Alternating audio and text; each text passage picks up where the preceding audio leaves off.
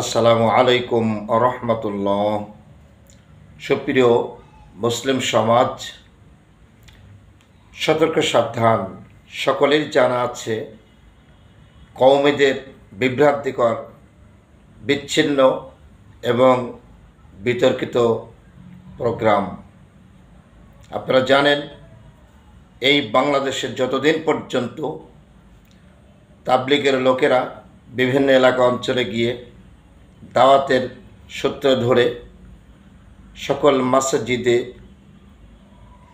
দিনের দাওয়াত, দিনের কথা বলার জন্য আসতেন, তখন স্থানীয় মসজিদের ইমামদের অনেক সম্মান করতেন, তাদের কাছ থেকে শিখতেন, তাদের সাথে মিশে যেতেন। জিকির, মিলাদ, কিয়াম, দরুদ সবই তাদের মাঝে ছিল। এই তাবলিগ জামাতের লোকেরা যখন আলেম শূন্যকে পূর্ণ করতে কওমিদের ঘাড়ে চাপল, কওমির একটা বিশাল সুযোগ পেয়ে গেল। যখনই কওমিদের থেকে আর তাবলিগ জামাত ছাড় পেল না, কয়েক বছরের মধ্যেই এই কওমিরা গোটা তাবলিগকে 12টা বাজিয়ে দিয়েছে, দুইটা দলে বিভক্ত করেছে, খুন খারাপি উপহার দিয়েছে। এখন আর তাবলিগের মাজা সোজা করে দাঁড়ানোর কোনো গতিবিধি নেই, কারণ একটাই কওমি। এরা বিভিন্ন সময় দেশের বিভিন্ন কাজে কর্মে মানুষের কাছে একটা বিভ্রান্তিকর, কারণ এরা শুধুমাত্র ওই দৃষ্টান্ত লেবাস পোশাকে মৌলবী পরিচয় দেয়। এলেম কালাম ভারত্ব গুরুত্ব একনিষ্ঠভাবে তারা আসলেই ইলমে মারেফাত, ইলমে হাকিকত, ইলমে তাসাউফ, ইলমে লাদুন্নি, ইলমে বেলায়েত এখানে শূন্য, জিরো থেকে জিরো।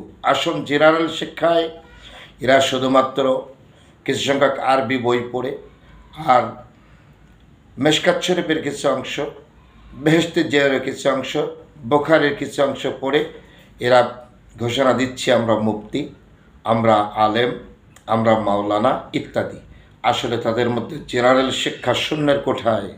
তাই একতরফা শিক্ষা দিয়ে কখনো কেউ একটা শিক্ষিত দাবি করতে পারে না। অথচ যিনি কওমি জননী, তিনি তো আজকে বিপদগ্রস্ত দেশের বাইরে।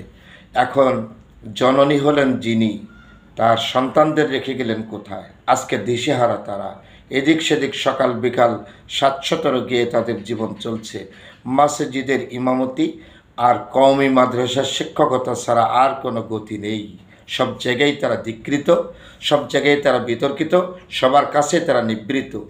তারপরেও যে সমস্ত কওমি মাদ্রাসাগুলো করেছে, শুধু বলৎকার, চরিত্র হরণ, শিশু ধর্ষণ ইত্যাদি একের পর এক সারা দেশে মানুষ যতই চাপা দিচ্ছে, এদের মূল আচরণ আর ঢেকে থাকছে না। তাই সকলেই সাবধান। কওমি থেকে আল্লাহ পাক সকলের শুভ চেতনা শক্তি দান করুক, আর এই ফাতনা থেকে জাতিকে মুক্ত করুক। আল্লাহ যেন হাক্কানি আলেমদের চিনে সঠিকের উপরে টিকে থাকার তৌফিক দান করেন। আমিন। আসসালামু আলাইকুম আ রহমতুল্লাহ।